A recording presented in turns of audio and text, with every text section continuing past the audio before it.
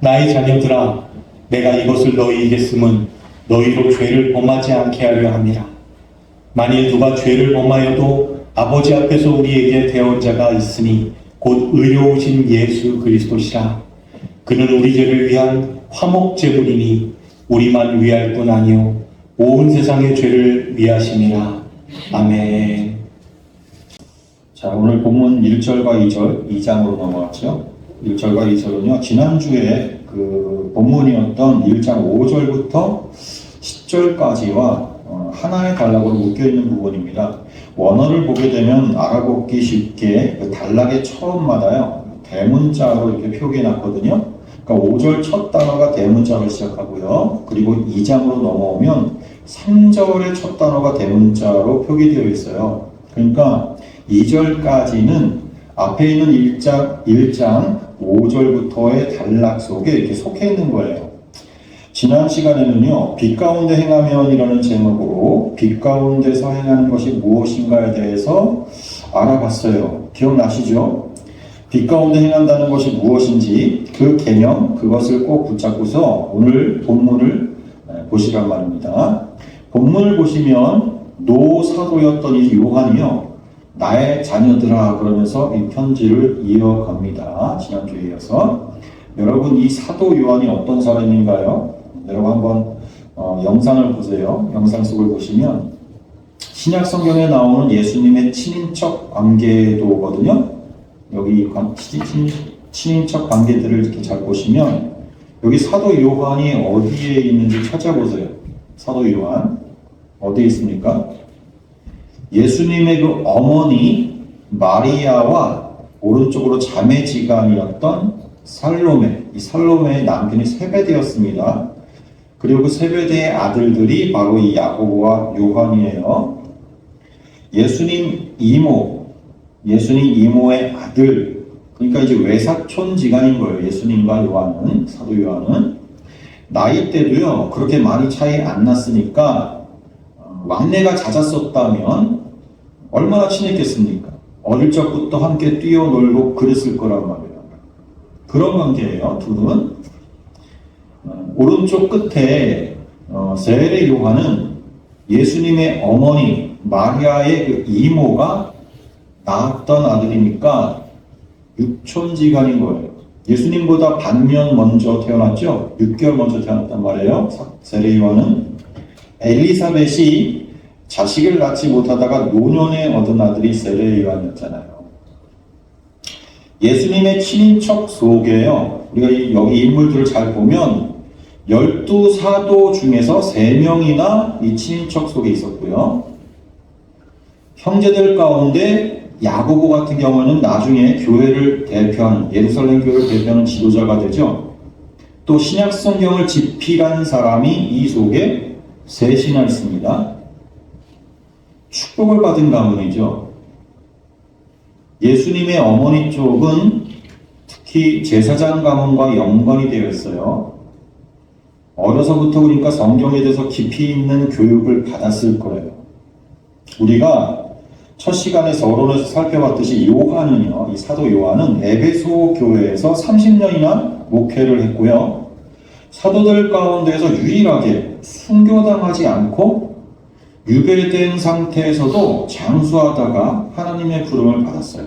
그 노년에 이르기까지 말과 글로 진리를 전파한 사람이 바로 이 사도 요한입니다. 이 요한은 복음의 시작을 기록한 복음서와 광야를 사는 교회에 편지한 이 요한 1, 2, 3서, 그리고 교회의 마지막 영광을 기록한 계시록까지 구속사의 전 과정, 초, 중, 말의 이 전 과정을 계시받은 어마어마한 사도인 거예요. 그가 받은 은혜가요, 어마어마하다는 거예요. 받은 은혜가.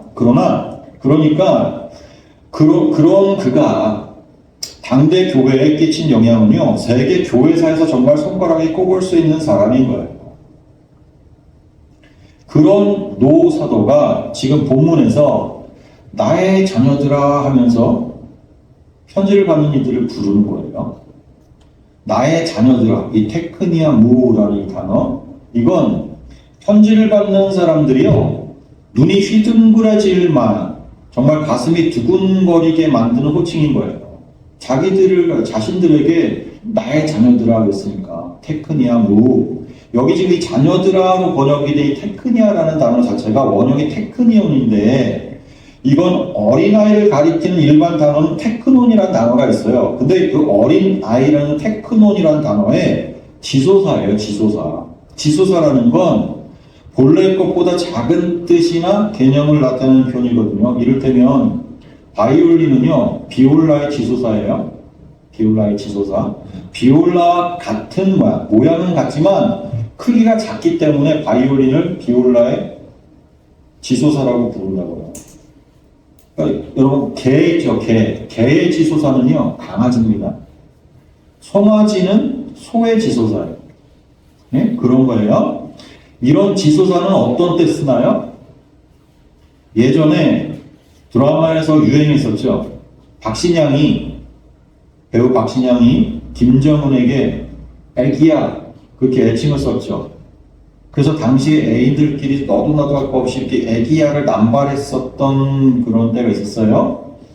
지소사는 이렇게 극도의 친근함을 표현할 때 쓰게 되는 말인 거예요. 박신양, 김정은 예를 들었는데 제가 이게 예를 들기 위해서 드라마까지 검색을 해봤는데, 근데 요즘 아이들은 또 이 박신양이 누군지, 김정은은 혹시 북한의 김정은 말 때 떠올리는 것 같은데 얘가 적절치 않았나요? 아무튼, 그리고 이 테크니온이라는 단어는요, 신약 성경에서 99번이나 사용된 이 자녀라는 단어, 테크논, 그것과 달리 8번밖에 안 쓰였어요. 근데 이 8번이요, 몽땅 요한이 쓴 경우에요. 요한의 저작에서만 나오는 단어가 이 테크니온이에요. 요한의 전용어란 말이에요. 요한의 전용어. 요한복음에 딱 한 번 나왔고요. 나머지 7번은 모두 이 요한서신에 나옵니다. 요한일서 2장 오늘 1절에 나왔죠. 그리고 12절과 28절에 나오고요. 3장에 건너가서 7절과 18절, 그리고 4장에 가서 4절, 그리고 5장에서 21절, 이렇게 모두 요한서신에서만 7번, 요한복음에 1번, 요한만 쓴 단어예요. 테크니온. 테크논, 이 자녀라는 단어 자체에 이미 자녀라는 말 자체가 이미 깊은 사랑과 또 관심의 의미가 포함되어 있단 말이에요. 그러나 이 지소사인 테크니온은 그보다도 훨씬 애정 담긴 표현인 거예요. 특히 요한은 여기에 지금 나의라는 뜻의 무라는 소유격을 덧붙였어요. 개인적인 깊은 친밀감을 나타내고 있는 거예요. 나의 자녀들도 나의 자녀들아 하면서 요한은 테크니온을 사용해서 자신의 서신을 받는 공동체가요, 자신으로부터 진앙을 전수받은 믿음의 자녀들임과 동시에 영적 아비인 요한 자신이 정말 끔찍히도 아끼고 사랑하는 대상들이라는 것을 강조하고 있는 거예요. 무려 요한 같은 대사도가 아낀다. 그걸 받는 이들로 하여금 뭐예요? 더할 나위 없이 심쿵 요인인 거예요. 자, 1절을 당시 사람들의 입장으로 다시 한번 보세요. 1절을 다시 1절 같이 봅니다. 시작. 나의 자녀들아, 내가 이것을 너희에게 쓰면 너희로 죄를 범하지 않게 하려 함이라. 만일 누가 죄를 범하여도 아버지 앞에서 우리에게 대언자가 있으니 곧 의로우신 예수 그리스도시라. 자, 성경은요 이렇게 보는 거예요. 당시 사람들 입장에서 봐야 한다는 거예요. 그러기 위해서 주석 작업을 하는 거 아닙니까? 본문 비평이니 역사 비평이니 그걸 활용해야 되는 거예요. 그래서 당시 사람들은 어떻게 느꼈을까? 어떻게 받아들였을까? 어떻게 이해했을까? 자, 여기 보니까 요한은요, 다시 한번 이 요한 일서를 기록한 목적 중에 중요한 하나를 지금 더 언급하고 있는 거죠. 그건 바로 성도들로 하여금 죄를 범치 않게 하려는 거예요. 그렇게 말하잖아요. 너희로 죄를 범치 않게 하려 함이라. 이게 히나 메 하마르테케, 여러분, 너희로 죄를 범한다 이거로 번역된 하마르테테, 이게 2인칭 복수 부정과거 능동태거든요. 이건요 격언적인 부정과거 용법으로 쓰여가지고 기정의 사실, 그러니까 너무나 확실한 사실을 나타내고 있는 거예요. 지금 이게 그러니까 무슨 얘기냐, 너무나 확실한 사실이 뭐라는 거예요? 너희가 죄를 범하는 것, 이게 확실하다는 거예요. 요한은 지금 이 편지를 받는 사람들이 실제로 죄를 범할 가능성이 매우 높다, 아니 확실히 죄를 범한다는 사실을 암시하기 위해서 이런 표현을 사용한 거예요. 이 단락 전체에서 사실 우리가 지난주 5절부터 1장 5절부터 봤는데 이 단락 전체에서 말하고 있는 바가 그거잖아요. 너희가 죄를 범하지 않았다 그러면 그건 거짓말이다. 심지어 그렇게 말한다면 하나님을 거짓말쟁이 만드는 거야. 그렇게까지 말한 거잖아요. 지금 이 단락에서. 즉 이것은 인간이 보편적으로 가지고 있는 이 죄의 경향성 그리고 죄악된 성품, 요걸 지적하는 거예요. 사도 요한은 여기에다가 부정어 매를 사용했어요. 그러니까 이러한 보편적인 죄성에 매를 사용해가지고 그러지 마라, 포기를 요구하는 거예요. 포기를 요구하는 거예요. 자, 사도 요한은 2장으로 지금 넘어오기 전에 1장에서 죄 문제에 대한 해결책을 제시한 적이 있어요. 기억나십니까? 1장 9절 말씀이잖아요. 즉 죄에 대한 철저한 자백을 통해서 죄로부터 깨끗해질 수 있다는 것을 강조했었단 말이에요. 1장 9절 다시 한번 보세요.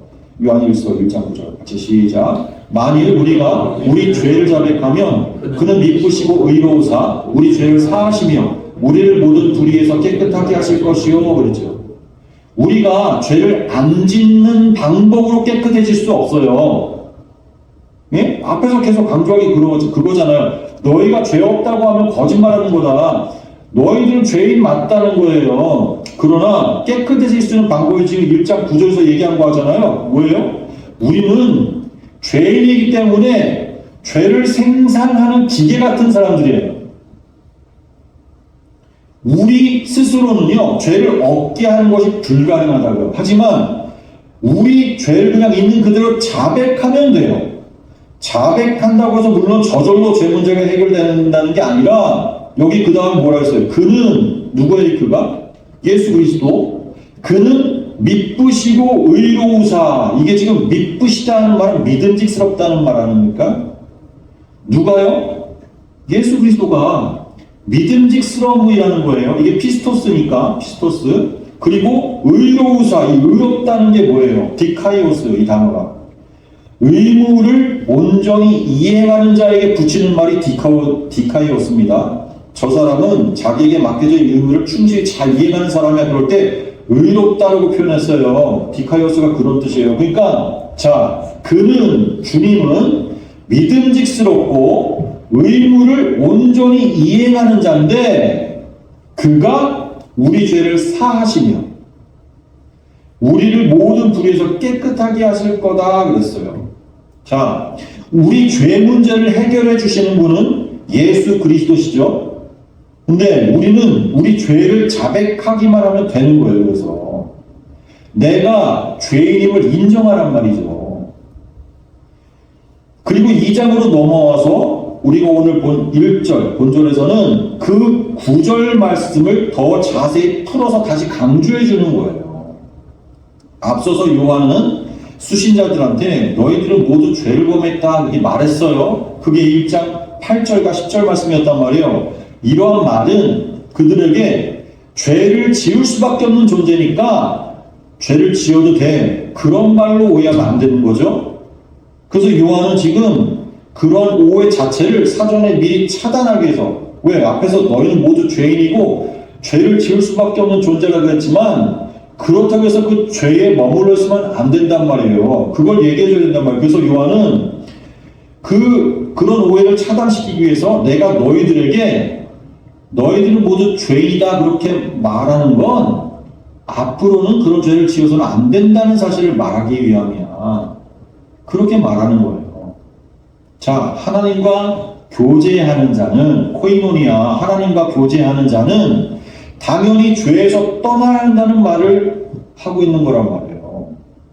하나님은 거룩하신 분이고 죄와 함께 하실 수 없는 분인데 그분과 교제하려면 어떻게 죄를 가진 자가 함께 그분과 교제, 코이노니 할 수 있습니까? 자, 이러한 전개는요, 바울의 논리 전개 방식과 유사하죠.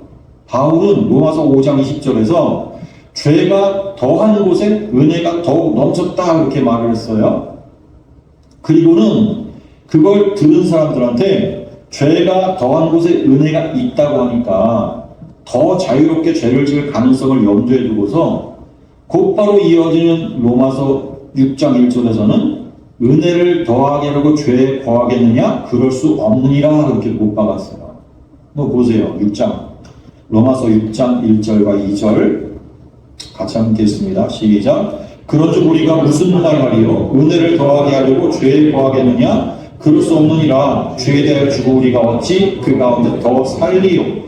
또 한번 보세요. 6장 4절부터 6절까지 시작. 그러므로 우리가 그의 죽으심과 합하여 세례를 받음으로 그와 함께 장사되었나니 이는 아버지의 영광으로 말미암아 그리스도를 죽은 자 가운데서 살리심과 같이 우리로 또한 새 생명 가운데서 행하게 하려 함이라. 만일 우리가 그의 죽으심과 같은 모양으로 연합한 자가 되었으면 또한 그의 부활과 같은 모양으로 연합한 자도 되리라. 우리가 알거니와 우리의 옛사람이 예수와 함께 십자가에 못 박힌 것은 죄의 몸이 죽어 다시는 우리가 죄에게 종노릇하지 아니하려 함이니. 요한도 너희가 죄를 안 지을 수 없는 죄인이라고 이렇게 앞에서 말했지만 그렇다고 거기에 머물면 안 된다 그러면서 그래서 빛 가운데 행하라 그런 거잖아요. 빛 가운데 행하라. 지난주 더 나아가서 하나님과 교제하는 그리스도인은 원칙적으로 죄를 범할 수 없다고까지 그랬어요. 그게 6절 말씀과 9절 말씀이에요. 또 범해서는 안 된다면서 그게 빛 가운데 행하는 거라 그랬단 말이에요. 이게 여러분 헷갈립니까? 자, 그건 아직도 빛 가운데 행하는 게 무슨 뜻인지 모르는 거예요. 그러면 헷갈리는 거예요. 여러분 빛 가운데 행하는 게 무슨 뜻이라고 그랬어요? 빛 가운데 행하는 거. 빛이 어둠 속에서는 가리워지고 숨겨졌던 것들을요, 폭로하고 드러낼 때, 빛이 확 비춰가지고 그걸 드러낼 때, 그걸 외면하거나 더 이상 감추지 않고서 나의 그 죄인됨을 인정하는 거라 그랬죠. 그게 빛 가운데 거하는 거라 그랬잖아요. 이걸 다른 말로 하나님 앞에서 나의 그 피조물됨을 인정하는 거란 말이에요. 하나님의 은혜가 아니면 나는 아무것도 아니라는 걸 고백하는 거예요. 그게 빛 가운데 거하는 거예요. 자, 그러니까 죄를 범하지 않는다는 건, 그럼 이제 죄를 범하지 않는다는 건 도둑질 안 하고 간음 안 하고 살인 안 하고 등등 그런 개별적인 죄들과 관계된 말이 아니에요. 예? 하나님 앞에 있는 그 피조물로서의 정체성과 관계된 말이 죄를 범하지 않는 거예요. 예? 하나님 앞에서 내가 누구인가를 솔직하게 인정하는 게 죄를 범하지 않는 거란 말이에요. 하나님 앞에서 내가 뭘 해내느냐, 못 해내느냐, 그게 문제가 아니란 말이에요. 우린 범죄 목록을 쭉 살펴보면서 그걸 피하는 게 죄를 범하지 않는다고 생각을 하는데 그건 피할 수 있는 목록이 아니에요. 탐심이 곧 도둑질이에요. 마음에 품은 음욕이 곧 간음이고요. 형제를 미워함이 곧 살인이라니까요. 이게 뭐예요? 산상수훈에서 주님이 직접 십계명을 그렇게 해설해 주셨잖아요. 그런 죄의 목록들은 사람이라면요, 어느 누구도 피할 수 없는 거예요. 그래서 의인은 없나니 하나도 없다 그런 거예요. 마음속에 그런 것들은 다 갖고 있으니까 나는 평생 도둑질 한 번 안 했고 결혼한 이후로 바람 피운 일도 없고 사람 죽인 일도 없으니까 저 교도소에 있는 그 도둑 살인 강도들과는 다른 사람이야. 그러는 게 바로 어둠 속에 행하는 거예요. 그게 바리새인적인 사고잖아요. 그러면서 남들보다 구제와 선행을 하면서 또 기도와 금식, 헌금을 많이 하는 그런 걸로 오히려 자랑스럽게 생각하죠. 본능적으로 그런 것들로 치장을 해가지고 자신들의 그 속에 감춰진 그 허물을 더 감추려는 행동이란 말이에요, 그게. 바리새라는 말은 파리사이오스라는 단어, 이 나누다, 분리하다라는 뜻이거든요. 다른 사람과 자기들 사이에 선을 딱 그어놓고서 난 다르다는 거예요. 이게 바리새적인 사고예요. 아닙니다. 빛 가운데 나오면요, 우리의 진짜 모습이 드러납니다. 우리 속 깊숙이 감춰둔 나마저도 사실은 인지하지 못했던 나의 모습, 그 죄까지 폭로가 된다고요. 알려지게 된다고요. 인식하게 된다고요. 깨닫게 된다고요. 빛이신 하나님이 그걸 들춰내시는 거예요. 하나님이 빛이시라. 우리의 부끄럽고 추한 모습이 확 드러나는 것을 경험하는 거예요. 빛으로 오신 주님이 또 그 일 하신 거예요. 말씀으로 우리를 비추신 거라고요. 그때 외면하거나 숨지 않고 손살에 치면서 나는 절대 그런 사람은 아닙니다라고 반응하지 않고 그냥 인정하는 거, 그게 빛 가운데 행하는 것이고, 그게 죄를 범하지 않는 거예요. 죄를 범하지 않는 거예요, 그게. 하지만 그럴 때 자기 비하에 빠져가지고 절망해서는 안 된다는 거예요. 아, 나는 정말 죄를 벗어날 수 없는 죄인이구나. 그래가지고 절망에 빠져서는 안 된단 말이에요. 왜냐하면 오늘 본문에서 뭐래요? 우리에게 대언자가 있으니 그런다고 해요. 대언자가 있으니. 자, 대언자. 주님은 빛으로 오셔서 우리의 죄를 들춰내시기만 하신 게 아니에요. 그 죄를 인정하고 자백하는 자들의 그 모든 죄들을 다 모아가지고 값을 치르신 다음에 공의로우신 심판자 되신 그 하나님 앞에서 말이죠, 우리를 위해서 변호하시고 중보하시는 의로우신 대언자가 되셨단 말입니다, 여러분.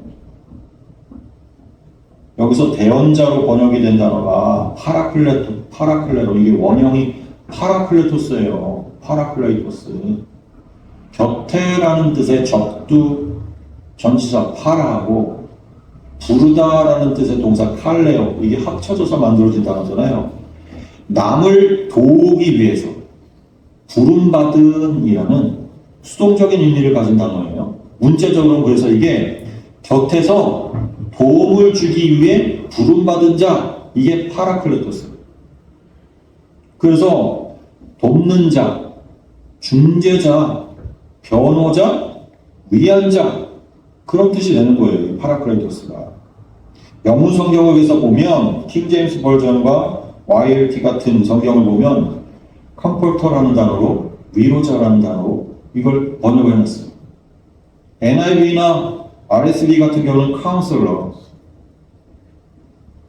그리고 NRSV에서는 이걸 어드보케이터, 변호사로 번역을 해놨고요. NASB에서는 우리가 잘 아는 헬퍼로 번역을 했어요. 돕는 자. 그러니까 한글 개혁 성경도 이걸 그래서 보혜사로 번역했죠. 보혜사. 보혜사라는 건 신자를 보호하고 돕는 자라는 뜻이잖아요. 보혜사. 요한복음에서는 파라클레토스 하면 일반적으로 성령을 지칭하는 단어로 쓰였어요. 그러나 요한복음 14장 16절 한번 보세요. 14장 16절 같이 읽습니다. 시작. 내가 아버지께 구하겠으니 그가 또 다른 보혜사를 너희에게 주사 영원토록 너희와 함께 있게 하리니. 이 또 다른 보혜사가 누구예요? 성령을 가리켜서 말씀하신 거고, 다른 보혜사라고 했으니까, 그러니까 예수 그리스도 자신도 뭐였다는 거예요? 역시 보혜사로 우리 곁에 있으셨다는 걸 얘기해주고 있어요. 그렇죠? 예수님이 그러셨다. 보혜사셨다. 오늘 본문에서도 이 단어가 예수 그리스도를 가리켜서 사용된 거죠. 그래서 요한이 예수 그리스도를 파라클리토스라고 한 건 하나님 곁에서 성도를 변호하고 돕는 그 예수님의 중보자로서의 직무를 강조하기 위한 거예요. 즉, 요 단어는 여기에서 법적인 용어로 쓰인 거예요. 법적 용어. 그리스도께서 심판대의 그 자리에서 사단으로부터 막 정죄당하는 성도, 그 성도의 변호자가 되신다는 말이고, 사도 바울도 이 사실을 로마서 8장에서 밝혔죠. 34절 말씀 같이 한번 읽습니다. 시작.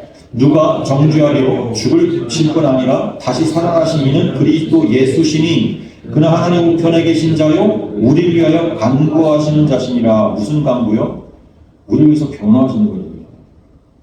욥기를 보면, 욥기서 거기 보면 사단이 욥을 막 고소하죠. 오늘날도 동일하게 하나님 앞에서 많은 성도들을 정죄하고 있어요, 사단이. 그 고소의 내용이 사실 없는 죄를 꾸며낸 게 아닙니다. 그렇잖아요. 우리의 죄의 목록들 맞아요. 바른 말 하고 있는 거예요, 지금. 우리의 죄들을 하나님 앞에 일러 바칠 때 없는 거 일러 바친 게 아니라고요. 죄를 용납하지 않으시는 불꽃 같은 눈으로 내려다보신 그 하나님 앞에서 그렇게 낱낱이 까발려지는 우리들의 죄들, 그리고 그 사단의 날카로운 정죄가 쩌렁쩌렁하면서 울리는 그 하늘 법정에서 의로우신 예수 그리스도께서 대언자가 되셔가지고는 성도들 앞에 딱 막아서서 변호해 주신다는 이 사실. 여러분, 이게 위안이 되셔야 되는 거예요. 이게. 그러니까 영적 현실을 여러분들 떠올리시고 상상을 해보세요. 그리고 또 대언자가 있으니 그 다음에 그가 누구시냐 하면 곧 의로우신 예수 그리스도시라 그러죠. 예수 그리스도께서 그 대언자이신데 그는 또한 의로우신 분이라 그런다고요. 아까 1장 9절에서 나왔던 표현이죠. 디카이오스, 의로우신. 우리의 대언자가 어떤 분인지를 추가적으로 알려주고 있는 거죠. 디카이오스는 아까 뭐라 그랬어요? 의롭다는 건 무슨 뜻이다? 자신의 의무를 온전하게 이행하는 자, 의롭다 그런단 말이에요. 그러니까 우리 주님이 의롭다는 건 뭐예요? 우리 예수 그리스도께서는 하나님께서 우리 사이의 그 중재자로서의 그 의무, 그걸 온전하게 이행하시는 분이라는 거예요. 그래서 의롭다는 거예요. 막 우리가 의롭다 그러면 그래, 예수님은 죄 하나 없이 그냥 깨끗하신 분 이렇게 생각, 그게 아니라고요. 그건 우리의 국어사전적인 사고고, 예? 우리는 죄인이 맞아요. 그래서 사단의 고소를 피할 수가 없어요. 그 고소 내용은 틀린 게 없다니까요. 한마디 한마디 정죄할 때마다 우리의 가슴이 철렁철렁 내려앉고 이 땅에서 지은 그 죄들이요 하나도 남김없이 폭로되는 그 자리에서, 그 하나님 법정 그 자리에서 우리는 어떻겠어요? 쥐구멍에라도 들어가고 싶고 차라리 죽고 싶은 심정이 될 거란 말이에요. 왜? 우리의 죄를 작은 것부터 큰 것까지 하나도 빠뜨리지 않고 사단이 하나님 앞에 일러 바친 자리가 그 심판의 법정이라니까요. 그런데 그때 의로우신 예수 그리스도께서, 의롭다는 게 뭐다? 자신의 의무를 온전히 이행하는 자, 대언자로서의 그 자신의 의무를 확실히 이행하셔가지고 우리를 방어해 주신단 말이에요. 그 모든 죄, 그래 네가 지금 고소하고 있는 그 모든 죄, 하지만 내가 십자가에서 이미 해결했어. 더 이상 끄집어내지 마. 내가 십자가 위에서 제물돼가지고 물과 피를 다 쏟아내고 내가 죽음으로써 이미 죄값을 다 치렀으니까 그때의 죽음 속에 내가 십자가에서 죽을 때 이 사람도 포함시켰다니까. 더 이상 정죄하지 마 하면서 주님이 그러시는 거예요. 디카이오스는 이렇게 예수 그리스도의 변호인으로서의 그 자격에 흔들림 없는 신뢰와 믿음을 주는 표현인 거예요. 의롭다는 이 표현. 그 다음 절을 보면 주님의 이 의로우신 사역이 이제 설명이 됩니다. 2절에서는 2절 말씀 같이 봅니다. 시작. 그는 우리 죄를 위한 화목제물이니 우리만 위할 뿐 아니요 온 세상의 죄를 위하심이라. 말로만 변화하시는 것이 그의 의무가 아니고 그의 의로우신 그의 의무의 이행이 아니고 그 의무를 이행하기 위해서 화목제물이 되십니다. 화목제물, 힐라스모스, 이건 신약성경에서 오로지 여기 요한서신에만 나오는 단어예요. 힐라스모스. 즉 여기 본절 2절과 그 다음에 4장에 가서 10절 딱 두 곳에서만 힐라스모스라는 단어가 쓰였어요. 이 힐라스모스는 명사인데 거역함을 당한 사람의 진노를 누그러뜨리고 호의를 얻는 방편, 특별히 진노한 신들을 달래는 그런 희생제사와 관련된 단어입니다. 이 힐라스모스는 이 단어와 동적어가 있는데 이게 힐라스테리온이라는 단어가 또 성경에 쓰였어요. 이 단어는 대속, 달램이라는 뜻으로 신약에서 또 두 번만 사용됐거든요. 한번 보세요. 어디서 사용된지. 로마서 3장 25절 같이 봅니다. 시작. 이 예수를 하나님이 그의 피로써 믿음으로 말미암는 화목제물로 세우셨으니 이는 하나님께서 길이 참으시는 중에 전에 지은 죄를 간과하심으로 자기의 의로우심을 나타내려 하심이니 히브리서도 보세요. 그 위에 속죄소를 덮는 영광의 그릇들이 있으니 이것들에 관해는 이제 낱낱이 말할 수 없노라. 화목제물, 속죄소, 요 단어들이 필라스테리온. 또 이 단어에 어근이 되는 단어가 또 있어요. 그게 이제 힐레오스라는 단어인데요. 그게 또 성경에 쓰였어요. 거기도 두 곳이 쓰였어요. 성경에서 딱 두 곳. 달래는 그리고 용서하는 이라는 뜻으로 마태복음과 히브리서에서 딱 두 번 사용됐는데요. 한번 봅니다. 마태복음 16장 22절. 이 힐레오스라는 단어는 신을 위로하고 또 진노를 경감시키는 그런 의미와 영광이 있는 거거든요. 힐레오스는 신께서 죄를 용서하고 축복할 준비가 되어 있는 것 같은, 그리고 은혜롭거나 자비로운 태도를 취하는 이런 형용사적 용법하고 동사적인 용법에 쓰였단 말이에요. 그 형용사적 용법이 마태복음, 동사적인 용법이 히브리서에 각각 쓰였어요. 한번 보세요. 읽습니다. 마태복음 시작. 베드로가 예수를 붙들고 화물겨나 이르되 주여 그리 마옵소서. 이 일이 결코 주께 미치지 아니하리이다. 그리고 히브리서에서 내가 그들의 불의를 긍휼히 여기고 그들의 죄를 다시 기뻐하지 아니하리라 하셨느니라. 즉 죄 용서함을 받고서 하나님의 진노를 면하게 하는 어떤 것, 하나님의 진노를 면하게 하는 어떤 것, 그게 힐라스모스, 화목제물이라는 말이에요. 따라서 예수가 화목제물이 되었다, 이것은 마땅히 죄로 인해서 죽을 수밖에 없는 죄인을 대신해 가지고 제물이 되므로, 그래서 인간을 향한 하나님의 진노가 덮어지고 하나님과 인간 사이에 화목하게 하는 길을 여셨다는 의미인 거죠. 근데 하반절을 보면 주님의 이 화목제물로서의 사역이 말이죠. 우리만 위할 뿐 아니요 온 세상의 죄를 위하심이라. 알라카이 페리 홀로투 코스무 그랬어요. 이 원문을 보면 이 본문은 영어에서 보면 not only 그리고 but also의 용법, 그것과 동일한 거예요. 우모논 알라카이 그래가지고 이 용법이 사용돼 가지고 전자를 긍정하되 후자의 긍정을 더 강화시키는 거예요. 그러니까 예수님께서 화목제물이 되어서 죽으신 건 결코 우리만을 위한 것이 아니다. 온 세상의 죄를 위한 거다. 그러면서 온 세상의 죄를 위한 거라는 걸 지금 강조하는 거라고요. 이 부분을 더. 자, 이 본문을 보고서 어떤 사람들은요, 그리스도의 죽음은 성도의 구원만을 위한 게 아니라 온 인류를 위한 것이구나, 이렇게 이해해가지고 보편 속죄론 혹은 만인 구원설을 주장하기도 해요.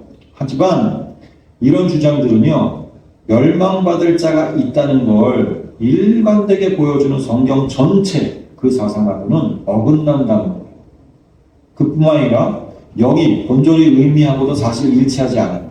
요한은 이 코스모스란 말을, 코스모스란 단어, 요한 같은 경우에 코스모스란 단어를 신약 성경에서 가장 많이 사용하는 사람입니다. 가장 많이 사용한 저자예요. 요한이 이 요한서 시인에서 무려 24번 코스모스를 사용했고요. 요한복음에서 78번이나 코스모스란 단어를 사용했어요. 이건 신약 전체에서 횟수로 따지면요 57%나 되는 빈도수예요. 요한만 이 코스모스란 단어 57%나 신약 성경 전체에서 썼다니까요. 요한서신과 요한복음을 합친 분량이 신약 전체에서 15%에 지나지 않거든요. 분량 전체는. 근데 코스모스란 용어만큼은 57%를 사용한다. 이건요 대단한 비중인 거예요. 그러니까 요한이 코스모스란 단어를 애용한 거죠. 여러 번. 자, 구약이나 헬라 문헌에서 이 코스모스, 이 세상이란 단어는 하나님이 지으신 세계로서의, 하나님이 선하게 만드신 세상, 세계로서의 비교적 그렇게 긍정적으로 그려졌거든요.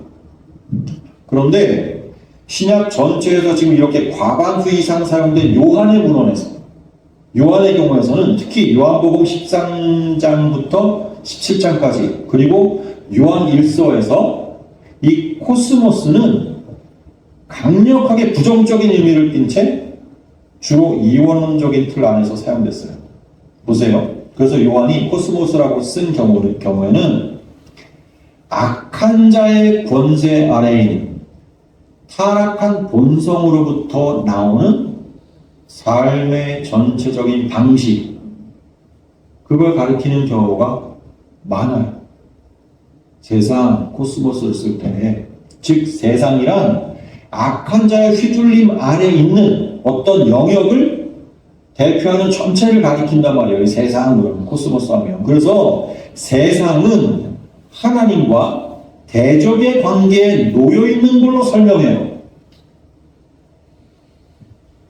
요한은 근데 이 코스모스가 아버지란 단어, 그 다음에 하나님, 그 다음에 예수 그리스도, 요 단어들과 함께 쓰인 곳에서는, 그 문장 속에서는 그러한 악한 세상 속에서 은혜와 구원을 받게 된, 그리고 은혜와 구원을 받은 세상, 즉 구원받은 세상, 하나님의 자녀와 성도가 된 세상 속에서의 세상이란 의미로 쓰이기도 한단 말이에요.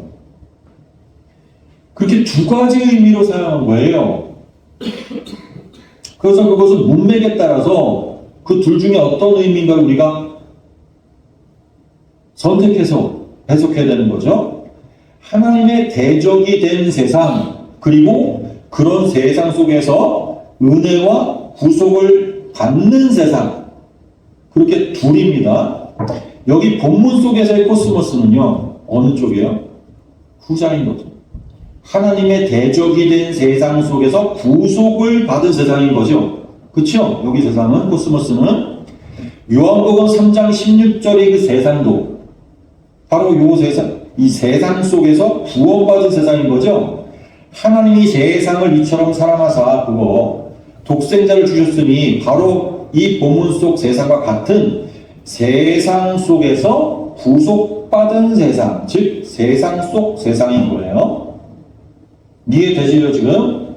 자, 온 세상이라고 해서, 온이라는 단어를 붙였다고 해서 모든 사람에 대한 구원을 말하는 게 아니에요. 상반절에는 그러잖아요. 우리만 위할 뿐 아니라, 그죠? 바로 이 우리와 대조를 시킨 온 세상, 이것이 만인 구원에 대한 힌트가 아니면 뭐라는 거예요? 여기서 우리는 본서의 저자 요한을 비롯해서 본서신의 수신자로서 당시 구원받은 성도들, 교회들을 지칭하는 게 분명하죠. 우리 그러면, 그쵸? 그렇다면 이 우리와 대조되고 있는 온 세상, 우리의 반대니까 아직 구원받지 않은 교회 밖 모두 아닐까? 그렇게 생각하기 쉬운데 그게 아니란 말이에요. 이 온 세상이란 요한이나 사도들 및 당시 그 1세기 후반에 이 요한 1, 2, 3서의 수신자들만이 아니라 모든 시대, 모든 민족들 속에서 구원받을 모든 그리스도를 온 세상이라고 하는 거예요. 예? 그걸 지칭하기 위한 표현인 거예요.